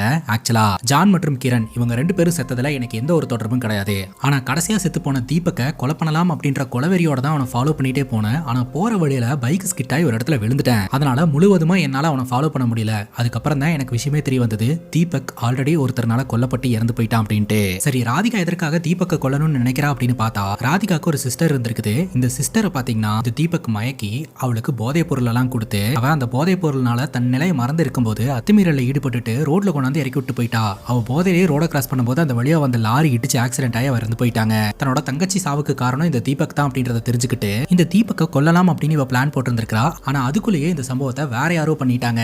அப்பதான் ஹீரோட அசிஸ்டன்ட் இன்னொரு இன்ஃபர்மேஷன் சொல்றாரு. ஆக்சுவலா செத்து போன இந்த தீபக்கோட பர்சனல் லேப்டாப் போலீஸ்காரங்களுக்கு கிடைச்சிருக்குது. அதுல ஏதாவது இன்ஃபர்மேஷன் கிடைக்குமான்னு செக் பண்ணும்போது ஒரு அதிர்ச்சிகரமான வீடியோ ஒன்று கிடைச்சிருக்குதுங்க. சாக்கு மூட்டையில ஒரு பெண்ணை வச்சு இந்த தீபக்கும் தீபக்கோட ஃப்ரெண்ட்ஸும் சேர்ந்து பாலியல் அத்துமீறல ஈடுபட்டு இருக்கிற மாதிரியான ஒரு ஃபுட்டேஜுங்க. இந்த ஃபுட்டேஜ்ல இருக்கிறதெல்லாம் யார் யாரு அப்படின்றத ஐடென்டிஃபை பண்ணுங்க அப்படின்ற மாதிரி ஹீரோ சொல்றாரு. இந்த சம்பவம் 6 வருஷத்துக்கு முன்னாடி நடந்தது. பாதிக்கப்பட்ட அந்த பொண்ணோட அப்பா பாத்தீங்கன்னா ஒரு போலீஸ் ஸ்டேஷன்ல கம்ப்ளைண்ட் கொடுத்திருக்கிறதாவும் தெரிய வருதுங்க. உடனடியாக அந்த கம்ப்ளைண்ட் என்னன்னு செக் பண்ணலாம்னு சொல்லிட்டு நம்ம ஹீரோவும் டீமும் கிளம்புறாங்க. அங்க போய் பார்க்கும்போது தான் தெரிய வருது, பாதிக்கப்பட்டது ஒரு 17 வயசு சிறுமிங்க. அந்த பொண்ணோட பேரு கல்யாணி. இந்த டைம்ல கம்ப்ளைண்ட் எடுத்து விசாரணை பண்ணிட்டு இருந்த போலீஸ் ஆஃபீஸர் இப்போ ப்ரோமோட் ஆகி ஹையர் போஸ்டிங் போயிட்டாருங்க. இந்த வழக்கு அப்படியே கடப்பிலேயே போட்டுட்டாங்க போல. இப்போ நம்ம ஹீரோ பாத்தீங்கன்னா அந்த வீடியோல இருக்கக்கூடிய பசங்க பக்கத்துல இருக்கக்கூடிய ஹில் வேலி அப்படின்ற ஒரு ஸ்கூல்ல தான் படிச்சிருந்திருக்கானுங்க. அங்க போய் விசாரிக்கலாம் அப்படின்னு அந்த ஸ்கூலோடைய பிரின்சிபல் கிட்ட பேசும்போது பிரின்சிபல் பாத்தீங்கன்னா சுவாமி அப்படின்ற ஒரு நபர் கிட்ட இவங்களுக்கு தேவையான டீடைல்ஸ் எல்லாம் கொடுங்க அப்படின்னு சொல்ல அந்த ஸ்கூல்ல படிச்ச இந்த பசங்களோட டீடைல்ஸ் எல்லாத்தையுமே நம்ம ஹீரோ செக் பண்ணி பாக்குறாரு. அப்ப நம்ம ஹீரோ அந்த வீடியோல இருந்த ஒரு பையனோட முகத்தை ஐடென்டிஃபை பண்றாருங்க. சோ அந்த பையனோட பேரு அல்தாஃப் ஹுசைன். இப்போ நம்ம ஹீரோ இந்த விக்டமோட வீட்ல போய் விசாரணை பண்ணலாம்னு கிளம்புறாரு. அப்பதான் பாத்தீங்கன்னா விஷயம் தெரிய வருது, இந்த பசங்கள ரிச்சான பசங்க. இவங்கனால இங்க சுத்தி இருக்கிற எல்லாருக்குமே தொந்தரவு தான். ஆனா அவனுங்க ரிச்சான ஆட்கள் அப்படின்றதுனால அவங்கள எதிர்த்து யாருமே வந்து பேசல அப்படின்ற மாதிரி சொல்றாங்க. இப்ப அந்த கல்யாணியோட வீட்ல போயிட்டு விசாரிக்கும் போது அவங்க அப்பா பாத்தீங்கன்னா எந்த இன்ஃபர்மேஷனுமே சொல்ல மாட்டேன்றாருங்க. அப்ப நம்ம ஹீரோ சொல்றாரு, உங்க எமோஷன்ஸ் எல்லாம் ஒரு செகண்ட் ஆஃப் பண்ணிட்டு எங்களுக்கு கொஞ்சம் உதவி செய்யுங்க. சிட்டில 3 பசங்க கொல்லப்பட்டிருக்காங்க. இந்த 3ங்கிறது 4 உயரத்துக்கு கூட வாய்ப்பு இருக்குது. அதனால எங்களுக்கு உங்களோட உதவி தேவைப்படுது அப்படிங்கும் போது கல்யாணி ஒரு ரேப் விக்டம். இனி இந்த கிராமத்து ஆட்களோட முகத்துல முழிக்கவே முடியாது அப்படின்னு சொல்லிட்டு லெட்டர் எழுதி வச்சுட்டு எங்கேயோ போயிட்டா. அவ எங்க போனா என்ன ஆனான்னு தெரியல. இப்போ அவனுங்க எல்லாம் செத்து போறானுங்க அப்படின்னா கடவுளுடைய தண்டனையா கூட இருக்கலாம் அப்படின்ற மாதிரி ஒரு சொல்றாரு. இப்போ நம்ம ஹீரோட டீம் என்ன சந்தேகப்படுறாங்கன்னா, தனக்கு நடந்த அநீதிக்கு காரணமா இருந்த இந்த பசங்களை எல்லாம் ஒருத்தங்களையா கொல்லலாம் பண்ணலாம் அப்படின்ட்டு தான் இவர் ரிவெஞ்ச் எடுத்துட்டு இருக்கிறதா நினைக்கிறாங்க. சரி கல்யாணியோட போட்டோ இருந்துச்சுன்னா கொடுங்களேன் அப்படின்னு கல்யாணியோட அப்பா பாத்தீங்கன்னா போலரைடு கேமரால எடுக்கப்பட்ட ஒரு போட்டோ எடுத்துட்டு வந்து கையில கொடுக்குறாங்க. அந்த போட்டோவை பார்த்து நம்ம ஹீரோக்கு தூக்கி வாரி போட்டுருதுங்க. அந்த போட்டோல இருக்கிற பொண்ணு வேற யாரும் கிடையாது, இன்வெஸ்டிகேஷன் ஜேர்னலிஸ்ட் அப்படின்னு ஒரு பொண்ணை பார்த்தோம் இல்லையா, அந்த பொண்ணு தாங்க. அவளே கொலை சம்பவங்களையும் பண்ணிட்டு ரிப்போர்ட்டர் வேலையும் பார்த்துக்கிட்டு இருக்கா போல அப்படின்னு சொல்லிட்டு போலீஸ் டீம் வந்து இந்த பொண்ணை தேடி வந்துகிட்டு இருக்காங்க. ஆனா இதுக்கிடையிலேயே பாத்தீங்கன்னா சர்தா அவளோட பேக் எல்லாம் பேக் பண்ணிட்டு அந்த இடத்துல இருந்து கிளம்பிடுறா. அவ வெளியில போன உடனே போலீஸ்காரங்க அந்த வீட்டுக்குள்ள நுழையறாங்க. சர்தாவுடைய ஃப்ரெண்டு கிட்ட சர்தாவை பத்தி விசாரணை பண்ணிட்டு வீட்டை ஃபுல்லா ஆய்வு நடத்தும் போது அங்க கிரைம் சீன் சம்பந்தப்பட்ட போட்டோஸ், நியூஸ் பேப்பர் ஆர்டிகல்ஸ் எல்லாமே அங்க ஒட்ட வைக்கப்பட்டிருக்கும். இதெல்லாம் என்ன அப்படின்னு கேட்கும்போது இது அவளுடைய பார்ட் ஆஃப் ஜாப் அப்படின்னு ஃப்ரெண்டு சொல்றாங்க. ஏன்னா அவர் இன்வெஸ்டிகேட்டிவ் ஜேர்னலிஸ்டா இருந்துட்டு இருந்தா அதுக்காக இதெல்லாத்தையும் ரிசர்ச் பண்ணி ஏதோ ஒரு ஒர்க் பண்ணிட்டே இருப்பா அப்படின்ற மாதிரி சொல்றாங்க. மேபி அடுத்து அல்தாஃப் ஹுசைன் அப்படின்ற அந்த பையனை கில்லர் டார்கெட் பண்றதுக்கு வாய்ப்பு இருக்கு அப்படின்னு சொல்லிட்டு அல்தாஃப் ஹுசைன் அப்படின்ற பையன் எங்க இருக்கான் அப்படின்றத கண்டுபிடிச்சு இன்ட்ரோகேஷன் ரூம்ல தூக்கிட்டு வந்து வச்சிருவாங்க. இவன் போலீஸே மிரட்டுறாங்க. எங்க அப்பா யாருன்னு தெரியுமா, என்ன கூட்டு வந்து இங்க உட்கார வச்சிருக்க அப்படின்னு சொல்லி கேட்க, எதுக்குடா உங்க அப்பா மானத்தை வாங்குறீங்க, இது ஒண்ணும் உங்க அப்பனோட வீடு இல்ல, இது என்னோட ஆபீஸ், இங்க நான் சொல்றதை கேட்டுதான் நடந்துக்கணும் அப்படின்னு சொல்லிட்டு இந்த அல்தாஃப் ஹுசைனை விசாரணை பண்ண ஆரம்பிக்கிறாருங்க. இப்ப செத்து போன 3 பேர்த்தோட போட்டோஸை காமிச்சு இதை பத்தி விசாரிக்கும் போதே இவன் சொல்றான், அங்க சுத்தி இங்க சுத்தி ஆள் கிடைக்கலான்னு, இவனுக்கு செத்து போனதுக்கு நான் தான் காரணம்னு என்ன ஃப்ரேம் பண்ணலான்னு பாக்குறீங்களா அப்படின்னு கேட்க, ஹீரோ லேப்டாப்ல அந்த வீடியோ ப்ளே பண்றாருங்க. அந்த வீடியோல 6 வருஷத்துக்கு முன்னாடி இந்த கல்யாணியோட ரேப் கேஸ்ல அல்தாஃப் ஹுசைன் சம்பந்தப்பட்டிருக்கிறது தெரிய வருது. அடுத்து சாக போறது நீயா கூட இருக்கலாம்டி மாப்ள, அதனாலதான் அவனை கூப்பிட்டு உட்கார வச்சு விசாரணை பண்ணிக்கிட்டு இருக்கேன் அப்படின்னு ஹீரோ சொல்றாரு. இவன் அவனுக்கு கூட கான்டாக்ட்ல இல்ல போல, இவனுக்கு எந்த இன்ஃபர்மேஷனும் தெரியல. அது மட்டும் இல்லாம இவங்க அப்பா பெரிய ஆளு அப்படின்றதுனால இன்ஃப்ளூயன்ஸை யூஸ் பண்ணி உடனடியே அவரை ரிலீஸ் பண்ண வச்சிடறாங்க. இவனும் அப்படியே எகத்தாலமா ஒரு சிரிப்பு சிரிச்சுட்டு ஸ்டேஷனை விட்டு வெளியில போறான். ஆனா நம்ம ஹீரோடைய ஆள் மனசு சொல்லுது, கண்டிப்பா இந்த கில்லர் அடுத்து இவனை டார்கெட் பண்ணுவான், அப்படி டார்கெட் பண்ணி வரும்போது அவளை பிடிச்சிடலாம் அப்படின்ட்டு. இவன் பாட்டுக்கு ஜாலியா அவனோட வீட்டுக்கு போறான். வீட்டுக்குள்ள ஏகப்பட்ட சரக்கெல்லாம் வாங்கி வச்சிருக்காங்க, நிறைய பேர் இருக்காங்க, நல்லா பார்ட்டி கொண்டாடிட்டு இருக்காங்க. அந்த வீட்டுக்கு வெளியில நம்ம ஹீரோ டீமோட வெயிட் பண்ணிக்கிட்டு இருப்பாருங்க. அப்பதான் நம்ம ஹீரோக்கு இன்னொரு சந்தேகம் எழும்புது. ஆக்சுவலா இந்த சம்பவத்துல மொத்தம் 5 பேருக்கு தொடர்பு இருக்குது. இதுல 3 பேர் இறந்து போயிட்டாங்க. 4வது ஆள் தான் இந்த அல்தாஃப் ஹுசைன். அந்த 5வது ஆள் அந்த வீடியோலயே இல்லையே அப்படின்னு பார்த்தா அந்த வீடியோ எடுத்துட்டு இருந்தது 5வது ஆள். பட் அவன் வீடியோக்குள்ள வராதனால அவன் யாருன்னே தெரியலங்க. நாம அல்தாஃப் ஹுசைனுக்கு பாதுகாப்பு கொடுத்துட்டு இருக்கிற அந்த டைம்ல கில்லர் அந்த 5வது ஆளை டார்கெட் பண்ணிட்டா அப்படின்னு சொல்லிட்டு உடனடியா பார்ட்டி நடக்கிற இடத்துக்கு போய் இந்த அல்தாஃப் ஹுசைனை நம்ம ஹீரோ மிரட்டுறாருங்க. அந்த வீடியோவை எடுத்துட்டு இருந்த நபர் யாரு, அவன் பேர் என்ன அப்படின்ட்டு. இப்பவும் அவனுடைய பணபலம் மற்றும் பவர் பலத்தை வச்சுக்கிட்டு ஹீரோ கிட்ட எகத்தாலமா தான் பேசிக்கிட்டு இருப்பான், பதில் சொல்ல மாட்டான். ஆனா ஹீரோ கொஞ்சம் கூட யோசிக்காம போட்டு பொளந்து எடுத்துருவாருங்க. உயிருக்கு பயந்து நான் உண்மை சொல்லிடுறேன் அப்படின்னு சொல்லிட்டு லியோன் அப்படின்ற ஒரு பையனோட பேரை சொல்றான். அவன் எங்க இருக்கான் அப்படின்னு கேட்கும்போது இவனுக்கு தெரியாது அப்படின்றான். இப்ப அந்த 5வது ஆளான லியோனை நம்ம கிட்ட காட்டுறாங்க. இவன் ஒரு ஃபேக்டரியில வேலை பார்த்துட்டு இருக்கான் போல. வேலையெல்லாம் முடிச்சுட்டு க்ளோஸ் பண்ணிட்டு வெளியில வரும்போது உள்ள சத்தம் கேக்குது. என்ன சத்தம் அது அப்படின்னு பாக்குறதுக்காக இவன் போறான். பார்த்தா பின்னாடி இருந்து யாரோ ஒருத்தங்க அட்டாக் பண்றாங்க. சோ கில்லர் அந்த இடத்துக்கு வந்து அந்த லியோன் அப்படின்ற நபரை அட்டாக் பண்ணி கொலை பண்ணிட்டு அவனை அங்கிருந்து எடுத்துட்டு வந்து ஒரு காருக்குள்ள போட்டுட்டு அதுக்கப்புறம் பைக்ல போய் பக்கத்துல இருக்கிற லெட்டர் பாக்ஸ்க்குள்ள வழக்கம் போல லெட்டர் போட்டு விட்டுட்டு அந்த இடத்துல இருந்து கிளம்பிடுறா. இப்போ போலீஸ்க்கு தகவல் கிடைக்குது. உடனடியாக அந்த இடத்துக்கு போய் பாக்குறாங்க. சோ அவங்க நினைச்ச மாதிரியே காருக்குள்ள அடுத்த கொலை நடந்திருக்குது. கிரைம் சீன்ல அடுத்த கொலைக்கான க்ளூ ஏதாவது கிடைக்குமா அப்படின்னு ஹீரோ செக் பண்ணும்போது ஹில் வேலி அப்படின்ற ஒரு பேட்ச் ஒன்னு கிடைக்குங்க. சோ இந்த பேட்ச் பாத்தீங்கன்னா ஒரு ஸ்கூலை சார்ந்தது அப்படின்றது தெரிய வருது. அது எந்த ஸ்கூல் அப்படின்னா இவங்க எல்லாம் படிச்சானுங்களே அதே ஸ்கூல் தான். இப்போ நம்ம ஹீரோ கிரைம் ஸ்பாட்ல நின்னுட்டு இந்த கொலை எப்படி நடந்திருக்கும்னு யோசனை பண்றாரு. இந்த கில்லர் ஃபேக்டரிக்குள்ள வச்சு தான் கொலை பண்ணி அங்கிருந்து பாடி எடுத்துட்டு வந்து காருக்குள்ள வச்சிருக்கா அப்படின்றத அக்யூரேட்டா ஹீரோ கெஸ் பண்றாருங்க. இப்போ நம்ம ஹீரோ கமிஷனரை மீட் பண்றதுக்காக போனா கமிஷனர் கண்டபடி திட்டுறாரு. அடுத்தடுத்து கொலைகள் நடந்துகிட்டே இருக்குது. இப்போ வரைக்கும் நீங்க கில்லரை கண்டுபிடிக்கவே இல்ல, நீங்க என்ன வேலை பாக்குறீங்க அப்படின்ற மாதிரி சத்தம் போடுறாரு. இப்போ நம்ம ஹீரோ பாத்தீங்கன்னா அந்த ஹில் வேலி அப்படின்ற பேட்சை கொண்டு போய் அந்த ஸ்கூல்ல விசாரணை பண்ணா அவங்க இது எங்க ஸ்கூலோட பேட்சே கிடையாது அப்படின்ற மாதிரி சொல்றாங்க. நல்லா பார்த்து சொல்லுங்க அப்படின்னு கேட்க அங்க வேலை பார்க்கறவர் சொல்றாரு, நான் 20 வருஷமா இந்த ஸ்கூல்ல தான் வேலை பார்த்துட்டு இருக்கேன், நான் தான் இந்த ஸ்கூலை மெயின்டைன் பண்ணிட்டு இருக்கேன், எனக்கு நல்லாவே தெரியுது இந்த ஸ்கூலோடது இல்ல அப்படின்னு சொல்லிடுறாங்க. இப்போ அந்த லெட்டர் பாக்ஸ்ல இருந்து இன்னொரு போட்டோ கிடைக்குதுங்க. அந்த போட்டோவை செக் பண்ணி பார்த்தா லியோனோட சேர்ந்து அல்தாஃபையும் உனக்காக அனுப்பி வைக்கிறேன் அப்படின்ற மாதிரி கில்லர் எழுதி வச்சிருப்பா. அடுத்தது இந்த அல்தாஃப் தான் கொல்ல போறா அப்படின்னு நம்ம ஹீரோக்கு தெளிவா தெரிஞ்சு போச்சுங்க. இப்போ இந்த அல்தாஃப் ஹுசைன் எங்கெங்கெல்லாம் போறான் அப்படின்னு சொல்லிட்டு தொடர்ந்து நம்ம ஹீரோ ட்ராக் பண்ண ஆரம்பிப்பாரு. இவன் ஜிம்முக்கு போவாங்க. ஜிம்ல அவன் ஒர்க் அவுட் பண்ணிட்டு இருக்கும்போது வெளியில போலீஸ்காரங்க வெயிட் பண்ணிட்டு இருப்பாங்க. இவன் தனியா மாட்ட மாட்டானா அப்படின்னு சொல்லிட்டு கல்யாணி ஒரு பக்கம் டார்கெட் பண்ணிட்டு இருக்க இந்த அல்தாஃப் கார்ல போயிட்டு இருக்கும்போது கல்யாணி வழிமறைப்பா. யாரா இவ அப்படின்னு சொல்லிட்டு இவன் காரை ஓட்டி இறங்கி வரும்போது கல்யாணி பாத்தீங்கன்னா அல்தாஃப் அட்டாக் பண்றதுக்கு முயற்சி பண்ணுவா. கரெக்டா அந்த இடத்துக்கு போலீஸ்காரங்க வந்து இந்த கல்யாணி அரெஸ்ட் பண்ணி கஸ்டடிக்கு எடுத்துட்டு போயிருவாங்க. கல்யாணி கிட்ட நீ தான் இவங்க 4 பேர்த்தையும் கொலை பண்ண அப்படின்னு கேட்டா ஆமா அப்படின்னு சொல்றா. சாக்கு மூட்டைக்குள்ள வச்சு ஒரு பெண்ணுக்கு அத்துமீறல் நடத்துது, அந்த சாக்கு மூட்டைக்குள்ள இருந்த பொண்ணு நீதானா அப்படின்னு கேட்க ஆமா அப்படின்னு சொல்றா. எனக்கு நடந்த அநீதிக்கு நியாயத்தை நானே தேடிக்கணும் அப்படின்றதுக்காக தான் இவங்களை கொலை பண்ண அப்படின்னு சொல்றா. அது மட்டும் இல்லாம அந்த போட்டோ காப்பீஸ் எல்லாம் காமிச்சு இதுல இருக்கக்கூடிய ஹேண்ட் ரைட்டிங் உன்னோட தான் அப்படின்னு கேட்கும்போது கல்யாணி ஆமா அப்படின்றா. கேட்டதுக்கு எல்லாத்துக்கும் ஆமான்னு சொல்றா. குற்றத்தையும் ஒத்துக்கிறா. சம்திங் ராங்னு தோணுதுங்க. சரி இந்த போட்டோஸ் எல்லாத்தையுமே எடுத்தது இன்ஸ்டன்ட் கேமரால தான். அந்த இன்ஸ்டன்ட் கேமரா எங்க அப்படின்னு கேட்கும்போது அது என்னோட கேமரா கிடையாது, என்னோட ஃப்ரெண்டோட கேமரா அப்படின்னு சொல்ல சரி அந்த ஃப்ரெண்ட் யார் எங்க இருக்கா அப்படின்னு கேட்கும்போது எனக்கு தெரியாது அப்படின்ற மாதிரி சொல்றா. கல்யாணியோட அப்பா கல்யாணியோட போட்டோன்னு சொல்லிட்டு ஒரு போட்டோ கொடுத்திருந்திருப்பார் இல்லையா, அந்த போட்டோ காமிச்சு அப்ப இந்த போட்டோவை எடுத்ததும் உன்னோட ஃப்ரெண்டு தானா அப்படின்னு கேட்க ஆமா அப்படின்னு சொல்லிட்டு தயங்குறா. இந்த போட்டோவை எடுத்து கொடுத்த பையனை பத்தி விசாரிச்சா எதுவுமே தெரியாது அப்படின்ற மாதிரி சொல்றா. அது எப்படி எதுவுமே தெரியாத ஒரு பையன் உனக்கு ஃப்ரெண்ட் ஆக முடியும் அப்படின்னு கேட்க, ஹில் வேலி அப்படின்ற ஸ்கூல்ல படிச்சிட்டு இருந்த பையன் தான் இந்த போட்டோவை எடுத்து கொடுத்தது, மத்தபடி எனக்கு அவனை பத்தி எல்லாம் தெரியாது அப்படின்ற மாதிரி சொல்றா. கல்யாணியோட ஃபிங்கர் பிரிண்ட், தலைமுடி, இது எல்லாத்தையுமே பாத்தீங்கன்னா கொலை சம்பவங்கள் கூட மேட்ச் பண்ணி பாக்குறாங்க. அப்பதாங்க அதிர்ச்சிகரமான ஒரு ரிப்போர்ட் வருது. நடந்த தொடர் கொலை சம்பவத்துக்கும் கல்யாணிக்கும் எந்த விதத்திலுமே தொடர்பே இல்லை அப்படின்ட்டு. சோ நாம சந்தேகப்பட்டது உண்மைதான், கல்யாணி பொய் தான் சொல்லிக்கிட்டு இருக்கா. பட் கல்யாணி வாயில இருந்து உண்மை வராதனால கல்யாணி கூடயே பாத்தீங்கன்னா ஒரு பொண்ணு ஸ்டே பண்ணி இருந்தாங்க இல்லையா, அந்த பொண்ணை மீட் பண்றதுக்காக ஹீரோ போறாருங்க. பேசிக்கா அவங்க ஒரு டிரான்ஸ்ஜெண்டர். கல்யாணி கொலகாரி கிடையாது அப்படின்னு எங்களுக்கு தெரிஞ்சு போச்சு. கல்யாணிய பிரச்சனையில இருந்து காப்பாத்தணும்னா எங்களுக்கு உங்களோட உதவி தேவைப்படுது. கல்யாணியை பத்தி உங்களுக்கு தெரிஞ்ச உண்மைகள்லாம் சொல்லுங்க செல்வி அப்படிங்கும் போது அவங்களுக்கு தெரிஞ்ச உண்மைகளை சொல்லிடுறாங்க. ஆரம்பத்துல உங்களுக்கு ஒரு போஸ்ட் வந்திருக்குதுங்க. அந்த போஸ்ட்ல உனக்கு நடந்த அநீதிக்கெல்லாம் நியாயம் கிடைக்க போகுது அப்படின்னு சொல்லி அந்த லெட்டர்ல சொல்லப்பட்டது மாதிரியே கொலைகளும் நடக்க ஆரம்பிச்சிருந்திருக்குது. அதுக்கப்புறம் தான் இவளும் ஆர்டிகல் ரெடி பண்றேன் அப்படின்னு சொல்லிட்டு இது சம்பந்தமா ரிசர்ச் பண்ண ஆரம்பிச்சிருந்திருக்கா. ஆனா எனக்கு தெரிஞ்சு கல்யாணிக்கு கில்லர் யாருன்னு தெரியும் அப்படின்ற மாதிரி சொல்றாங்க. இப்போ நம்ம ஹீரோ பாத்தீங்கன்னா கல்யாணியோட ஃப்ரெண்ட் எடுத்ததா சொல்லப்பட்ட அந்த போட்டோ பாத்துக்கிட்டே உட்காந்துக்கிட்டு இருப்பாருங்க. அப்பதான் நம்ம ஹீரோக்கு ஒரு டீடைல் கிடைக்கும். கல்யாணி ஒரு கண்ணாடி கிட்ட நின்று தான் போஸ்ட் கொடுத்திருப்பா. சோ அந்த கண்ணாடிக்கு பேக் சைடுல இருக்கக்கூடிய ரெஃப்ளெக்ஷன்ல போட்டோ எடுத்தவனுடைய முகம் வந்து பதிவாயிருந்திருக்கும். சோ அந்த முகம் யாருது அப்படின்னு சர்ச் பண்ணி பார்த்தா அங்கதான் கைஸ் ஒரு ட்விஸ்ட். நம்ம ஹீரோவோடைய தம்பி இருக்கான் இல்லையா, அவன் தான். அவங்க கிட்ட போயிட்டு கல்யாணி யாரு என்னன்னு விசாரணை பண்ணா அவனுக்கும் கல்யாணியை பத்தி எதுவுமே தெரியலங்க. அடிச்சு விசாரணை பண்ணும் போதே இந்த போட்டோ எப்ப எடுத்தது, எப்படி எடுத்தது அப்படின்ற டீடைல வந்துட்டு இவன் சொல்ல ஆரம்பிக்கிறான். ஆக்சுவலா இவன் கிட்ட இருக்கிற போலரைடு கேமரா வச்சு அங்க வேலை பார்த்துட்டு இருந்தவங்களை எல்லாம் போட்டோ எடுத்துட்டு இருப்பான். அப்பதான் கல்யாணி அந்த வழியா வந்துட்டு என்னையும் ஒரு போட்டோ எடுத்து தரீங்களா அப்படின்னு கேட்டு இருந்திருப்பா. அப்பதான் பாத்தீங்கன்னா இவன் கல்யாணியை ஒரு போட்டோ எடுத்து கொடுத்துருப்பான். மத்தபடி இவனுக்கு கல்யாணி கூட எந்த ஒரு பழக்கமும் கிடையாது. அது மட்டும் இல்லாம ஹீரோ அவருடைய கேஸ் ஃபைல ஓபன் பண்ணி ஒவ்வொரு கொலை சம்பவத்துக்கு அப்புறமும் இந்த போட்டோகிராஃப்ஸ் வரும் இல்லையா, செவுத்துல எழுதப்பட்ட மாதிரி. சோ இந்த செவுத்துல எழுதப்பட்டிருந்ததை போட்டோ எடுத்ததும் நீதானா அப்படின்னு கேட்க ஹீரோடைய தம்பி ஆமா அப்படின்றான். இது எப்ப நடந்தது அப்படின்னு கேட்கும்போது அவன் கதை சொல்ல ஆரம்பிக்கிறாங்க. பேசிக்கா அந்த ஸ்கூல்ல நிர்மல் அப்படின்ற ஒரு பையன் படிச்சுட்டு இருந்திருக்கான். சோ அந்த பையன் பாத்தீங்கன்னா நார்மலான ஒரு பையன் இல்ல, கொஞ்சம் ஸ்பெஷல் சைல்டா இருந்திருக்காங்க. அந்த பையன் பெருசா யார்ட்டையும் பேச மாட்டான், பழக மாட்டான், தனியா இருப்பான். ஆனா அந்த பையனை பாத்தீங்கன்னா இந்த 5 பசங்களும் திரும்ப திரும்ப ஏதோ ஒரு வம்பு எடுத்து டார்ச்சர் பண்ணிக்கிட்டே இருந்திருக்காங்க. அதுவும் குறிப்பா அந்த நிர்மல் அப்படின்ற பையனுடைய அம்மாவை பத்தி தப்பா பேசுறது, அசிங்கப்படுத்துறது அப்படின்னு சொல்லிட்டு அவன் ட்ரெஸ்ஸை எல்லாம் உருவி விட்டு ரொம்பவே கஷ்டப்படுத்தி இருக்காங்க. இது எல்லாத்தையும் அந்த ஹாஸ்டல் வார்டன் பாப்பாருங்க. இருந்தாலும் அவரும் பாத்தீங்கன்னா இந்த பையனுக்கு சப்போர்ட் பண்ணாம அந்த 5 பசங்களுக்கும் தான் சப்போர்ட் பண்ணி அவங்கள சமாதானப்படுத்தி வச்சுக்கிட்டு இருப்பாரு. அப்பதான் வெறி கொண்டு இந்த பையன் ரூமுக்குள்ள இந்த மாதிரிலாம் எழுதி வச்சிருப்பான், இப்படி எல்லாம் நான் கொல்ல போறேன்னு சொல்லிட்டு. அப்போ ஹீரோடைய தம்பி கிட்ட இந்த போலரைடு கேமரா இருந்ததுன்னு வார்டன் கூட்டிட்டு வந்து இது எல்லாத்தையுமே போட்டோ எடுத்து கொடு அப்படின்னு சொல்லி போட்டோ எல்லாம் எடுத்து அந்த போட்டோஸை வாங்கி இருந்திருப்பாருங்க. சரிடா, அந்த பையனுக்கு மென்டலி ஏதோ ப்ராப்ளம் இருந்தது அப்படின்னு நீ சொல்றல, அந்த பையன் அவங்க அம்மா கிட்ட இந்த விஷயத்த சொல்லியிருக்கானா, இங்க நடக்கிற விஷயத்தையெல்லாம் சொல்லியிருக்கானா அப்படின்னு கேட்கும்போது இந்த பையன் அவங்க வீட்டுக்கு ஃபோன் பண்ணும்போது ஹீரோடைய தம்பி பக்கத்துல தான் இருந்திருப்பான். ஆனா அவங்க அம்மா பாத்தீங்கன்னா சரியா ரெஸ்பான்ஸ் பண்ண மாட்டாங்க. இங்க எனக்கு கஷ்டமா இருக்கு, இங்க இருந்து கூட்டு போங்க அப்படின்ற மாதிரி அவன் கெஞ்சி இருப்பான், அழுதுருப்பான். ஆனா அவங்க அம்மா பெருசா ரெஸ்பான்ஸ் பண்ணி இருந்திருக்க மாட்டாங்க. சம்டைம்ஸ் அவங்க அம்மா வந்து பிஸியா இருக்கிறதா சொல்லிட்டு திரும்ப கால் பண்ணுவேன்னு சொல்லுவாங்க. ஆனா அவங்க காலே பண்ண மாட்டாங்க. ஆனா அவங்க கால் பண்ணுவாங்கன்னு இவன் நாள் முழுக்க அங்கேயே உட்காந்து வெயிட் பண்ணிக்கிட்டு இருப்பாங்க.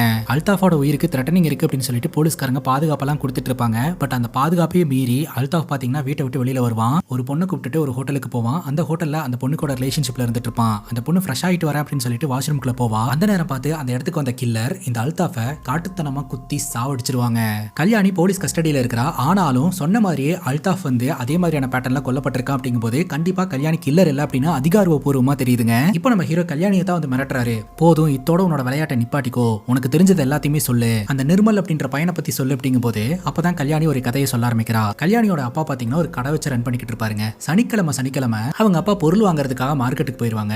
அப்போ கல்யாணி தான் பாத்தீங்கன்னா அந்த கடையை பார்த்துப்பா. அந்த டைம்ல தான் பாத்தீங்கன்னா கல்யாணி கூட இந்த சின்ன பையன் ஃப்ரெண்ட் ஆகிறான். கொஞ்சம் ஸ்பெஷல் சைல்டா இருக்கிறதுனால கல்யாணி அந்த பையன் மேல அதிக அளவு அன்பை காமிச்சிருந்திருக்கிறா. இவங்க 2 பேரும் ஒன்னா நடந்து போயிட்டு இருக்கும்போது அந்த 5 பசங்களும் வந்து கிண்டல் பண்ணுவானுங்க. அதுவும் எப்படின்னா, என்னடா இவதான் உன்னோட அம்மாவா, உன்னோட அம்மா ரொம்ப அழகா இருக்கா அப்படின்னு சொல்லிட்டு கடுப்பான கல்யாணி அந்த 5 பேர்த்துல ஒரு பையனை பலார்னு ஒரு அற விட்டுட்டு அந்த இடத்த விட்டு கிளம்பிடுவா. இதுல பாத்தீங்கன்னா அந்த 5 பேரும் டென்ஷன் ஆயிருவானுங்க. ஒரு நாள் இல்லனா ஒரு நாள் இவன் மாட்டுவா அப்படின்னு சொல்லி வெயிட் பண்ணிட்டு இருந்திருக்கானுங்க. அந்த ஒரு நாளும் வருது. கல்யாணியோட அப்பா பாத்தீங்கன்னா பொருட்கள் வாங்குறதுக்காக மார்க்கெட்டுக்கு போயிருந்திருப்பாரு. அப்ப கல்யாணி மட்டும் கடையில தனியா இருப்பா. வெளியில ஹெவியா மழை பெஞ்சுட்டு இருக்குங்க. அப்ப இந்த 5 பேரும் அந்த கடைக்குள்ள நுழைஞ்சு கல்யாணியை பயங்கரமா அட்டாக் பண்ண ஆரம்பிக்கிறாங்க. கல்யாணி கத்துன்னு கத்துறா. பக்கத்துல யாருமே இல்லாதனால இவ சத்தம் போடுறது யாருக்குமே கேட்கல. அதுக்கப்புறம் ஒரு சாக்கு தூக்கி அவளுடைய முகத்துல போட்டு கல்யாணியை அந்த கடைக்குள்ளேயே வச்சு இந்த 5 பேரும் அடுத்தடுத்து பாலியல் வன்புணர்வு பண்ணி இருந்திருக்கானுங்க. இதெல்லாம் பண்ணி முடிச்சுட்டு இவனுக்கு அந்த இடத்த விட்டு கிளம்பும் போது கரெக்டா இந்த குட்டி பையன் அந்த இடத்துக்கு வருவான். வருவான். இவனுங்க இங்க என்ன பண்றானுங்க அப்படின்னு சொல்லி உள்ள போய் பார்த்தா கல்யாணி ரத்த வெள்ளத்துல இருப்பாங்க. அதை பார்த்து கதறன்னு கதறி அழுவான். அதுக்கப்புறம் நான் கடைக்கு போறதையும் நிப்பாட்டிட்டேன், அந்த ஊரை விட்டு கிளம்பி வந்துட்டேன், அந்த பையன் எங்க போனா என்ன ஆனான்லாம் எனக்கு தெரியாது அப்படின்ற மாதிரி கல்யாணி நம்ம ஹீரோ கிட்ட சொல்லிடுறாங்க. இப்ப கமிஷனர் ஹீரோ பிடிச்சி கண்டபடி கத்துறாருங்க. நீ தான் திறமையான ஆபீசர் அப்படின்னு உன்ட்ட இந்த வழக்கு தூக்கி கொடுத்தா அடுத்தடுத்து கொலை சம்பவங்கள் நடந்துட்டு இருக்குது, நீ வேடிக்கை பார்த்துட்டு இருக்கிறியா அப்படின்ட்டு. இப்ப கடைசியா நடந்த அல்தாஃப் ஹுசைனோட கொலை வழக்குல ஒரு வாட்ச் ஒன்னு எவிடன்ஸா கிடைக்குங்க. சோ இந்த வாட்சுக்கு சம்பந்தப்பட்ட யாரோ ஒருத்தங்க தான் அடுத்து கொல்லப்பட போறாங்க அப்படின்ற மாதிரி தோணுது. ஆனா அந்த வாட்ச்ல 12 மணின்ற மாதிரி காட்டுங்க. மேபி 12 மணிக்கு கூட கொல்லப்படலாம் அப்படின்ற மாதிரியும் ஹீரோ யோசனை பண்றாரு. இப்ப கமிஷனர் பயங்கரமா திட்டுறதுனால நம்ம ஹீரோ பாத்தீங்கன்னா இது வரைக்கும் கண்டுபிடிச்ச ஃபைண்டிங்ஸ் எல்லாத்தையுமே கொடுக்குறாருங்க. ஓகே, இந்த அளவுக்கு இவங்க இன்வெஸ்டிகேஷன் பண்ணியிருக்காங்க அப்படின்னு சொல்லிட்டு அடுத்து என்ன பண்ணலாம்னு இருக்கிற அப்படின்னு கேட்கும்போது அந்த நிர்மல் அப்படின்ற குட்டி பையன் படிச்ச அந்த ஹில் வேலி அப்படின்ற ஸ்கூல்ல போய் நான் விசாரிக்க போறேன் அப்படின்னு சொல்லிட்டு அங்க போய் பிரின்சிபலை விசாரணை பண்றாங்க. அவர் எதுவுமே சொல்ல மாட்டேன்றாரு. ஒரு கட்டத்துக்கு மேல போலீஸ் அவங்களோட ட்ரீட்மெண்ட்டை காட்டுறாங்க. உண்மையை சொல்லிடுறேன் சார் அப்படின்னு சொல்லிட்டு பிரின்சிபல் ஒரு அதிர்ச்சிகரமான விஷயத்த சொல்றாருங்க. அந்த டைம்ல இன்ஸ்பெக்டரா இருந்தவரு பிரின்சிபலை தனிப்பட்ட முறையில சந்திச்சு உங்க ஸ்கூல்ல படிக்கிற 5 பசங்க ஒரு பொண்ணோட முகத்துல சாக்க போட்டு பாலியல் வன்புணர்வு பண்ணி இருந்திருக்காங்க. அந்த பசங்களா யார் யாரு அப்படின்னு பக்காவா ஐடென்டிஃபை பண்ணி 8ஆம் கிளாஸ் பையன் வந்து போலீஸ் ஸ்டேஷன்ல கம்ப்ளைண்ட் கொடுத்திருக்கான். இதெல்லாம் ஏன் தனிப்பட்ட முறையில உங்ககிட்ட வந்து சொல்றேன் அப்படின்னா நீங்க என்ன கவனிப்பீங்க அப்படின்றதுக்காக தான். உங்க ஸ்கூல் மானம் போகக்கூடாது அப்படின்னு நினைச்சீங்கன்னா நீங்க என்ன கவனிக்கணும் அப்படின்னு சொல்ல தயவு செஞ்சு இந்த விஷயத்தை வெளியில வராம பாத்துக்கோங்க சார், உங்களை கவனிக்க வேண்டிய விதத்துல கவனிச்சுக்கிறேன் அப்படின்னு சொல்லிட்டு மேனேஜ்மெண்ட் எல்லாம் வச்சு இந்த போலீஸ் ஆபீசருக்கு ஒரு அமௌண்ட் கொடுத்துட்டாங்க. அப்ப அந்த சின்ன பையனோட கம்ப்ளைண்ட் சார் அப்படின்னு சொல்லி கேட்கும்போது அந்த சின்ன பையனுக்கு மனநல பாதிக்கப்பட்டிருக்கு அப்படின்ற மாதிரி சொல்லி நான் பிரச்சனையை மாத்திடுவோம் சார் அப்படின்ற மாதிரி சொல்லி இருந்திருக்காங்க. சோ இந்த விஷயத்தை தெரிஞ்சுக்கிட்ட நம்ம ஹீரோ பாத்தீங்கன்னா நேரா அந்த டைம்ல போலீஸ் ஆபீசரா இருந்தார் இல்லையா, அவரை போய் விசாரணை பண்ணும்போது அவர் பாத்தீங்கன்னா சமாளிக்க தான் கைஸ் பாத்துக்கிட்டு இருக்காரு. ஆனா ஹீரோ சொல்றாரு பிரின்சிபல் நான் ஆல்ரெடி பாத்துட்டு வந்துட்டேன், அவர் எல்லா உண்மையும் சொல்லிட்டாரு அப்படிங்கும்போது இந்த போலீஸ் ஆபீசரும் பயந்துட்டு கடைசியில உண்மை சொல்லிடுறாருங்க. இதோ அங்க ஒரு கிளாக் டவர் தெரியுதா சார், அந்த கிளாக் டவர்ல இருந்து அந்த பையன் கீழே குதிச்சு தற்கொலை பண்ணி இறந்து போயிட்டான் சார், அவன் உயிரோட இல்ல அப்படின்ட்டு. ஹீரோக்கு பயங்கர குழப்பமா இருக்குதுங்க. இவங்க தான் கொலை பண்ணிருப்பாங்க அப்படின்னு ஸ்ட்ராங்கா நம்பி ஒருத்தங்களை கஷ்டப்பட்டு கண்டுபிடிச்சு அந்த இடத்துக்கு போனா கடைசியில அது டெட் எண்ட்ல போய் முடிஞ்சிருது. அவங்க பண்ணிருக்க மாட்டாங்கன்ற மாதிரி தான் ரிப்போர்ட் வருது. அப்ப இதெல்லாம் யார் தான் பண்ணிட்டு இருக்கா அப்படின்னு சொல்லிட்டு ஹீரோ திரும்ப திரும்ப யோசனை பண்றாரு. அங்க கட் பண்ணா யார் இந்த கில்லர் அப்படின்னு நேரடியா நம்ம கிட்ட காமிச்சிடுறாங்க. இந்த நிர்மல் அப்படின்ற குட்டி பையனை நம்ம பார்த்தலையா, இந்த பையனோட அம்மா தான் கைஸ் விமலா. விமலாவுடைய ஹஸ்பண்ட் இறந்து போனதுக்கு அப்புறம் கடங்காரங்க எல்லாம் வீட்டுக்கு வந்து பிரச்சனை பண்ண ஆரம்பிக்கிறாங்க. இவங்களும் நான் இப்ப கொடுத்துறேன் அப்ப கொடுத்துறேன் டைம் கேட்கும்போது கடங்காரங்க பாத்தீங்கன்னா நீ பொறுமையா கூட அது வரைக்கும் அட்ஜஸ்ட் பண்ணிக்க அப்படின்னு சொல்லிட்டு விமலா கிட்ட அத்துமீறல ஈடுபடுறதுக்கு முயற்சி பண்ணுவாங்க. இதை பாத்தீங்கன்னா அந்த குட்டி பையன் பாத்துருவான், அவன் தப்பா நினைச்சுக்குவான். இவங்க போய் சமாதானப்படுத்துவாங்க, நீ நினைக்கிற மாதிரிலாம் இல்லடா அப்படின்னு சொல்லிட்டு. அதுக்கப்புறம் கடங்காரங்க அடுத்தடுத்து வந்து தொல்லை பண்ணிட்டே இருக்கிறதுனால சரி ஓகே பையனை கொண்டு போய் ஒரு ஹாஸ்டல்ல இருக்கிற மாதிரி சேர்த்துடலாம் அப்படின்னு சொல்லிட்டு பையனை கொண்டாந்து இந்த ஸ்கூல்ல விட்டு இருந்திருக்காங்க. பிரச்சனை சால்வ் ஆகிற வரைக்கும் இங்க இருடா, பிரச்சனை எல்லாம் சால்வ் ஆனதுக்கு அப்புறம் அம்மா கூட்டிட்டு போயிடுறேன் அப்படின்ட்டு. இந்த பையன் இருக்க மாட்டேன்னு அழுவான். கட்டாயப்படுத்தி தான் விமலா அவங்க பையனை அங்க ஸ்டே பண்ண வைப்பாங்க. ஆனா அவன் ஒவ்வொரு டைம் ஃபோன் பண்ணி என்னால முடியலமா இங்க இருந்து கூட்டிட்டு போயிருங்கமா அப்படின்ற மாதிரி சொல்லிக்கிட்டே இருப்பான். ஆனா அவங்க அம்மாக்கு இந்த கடன் பிரச்சனை எல்லாம் இருக்கிறதுனால அதை சமாளிக்கிற பிஸியில பாத்தீங்கன்னா பையனை கண்டுக்காமே விட்டுருவாங்க. பையனை மிஸ் பண்ணுவாங்க. ஆனாலும் அவங்கள அவங்க கூட வச்சுக்க முடியாத ஒரு சூழ்நிலை ஏற்படுது. ஒரு நாள் பாத்தீங்கன்னா நம்ம விமலாவை ஸ்கூலுக்கு வர சொல்றாங்க. அந்த 5 பசங்களும் அங்க நின்னுட்டு இருக்காங்க.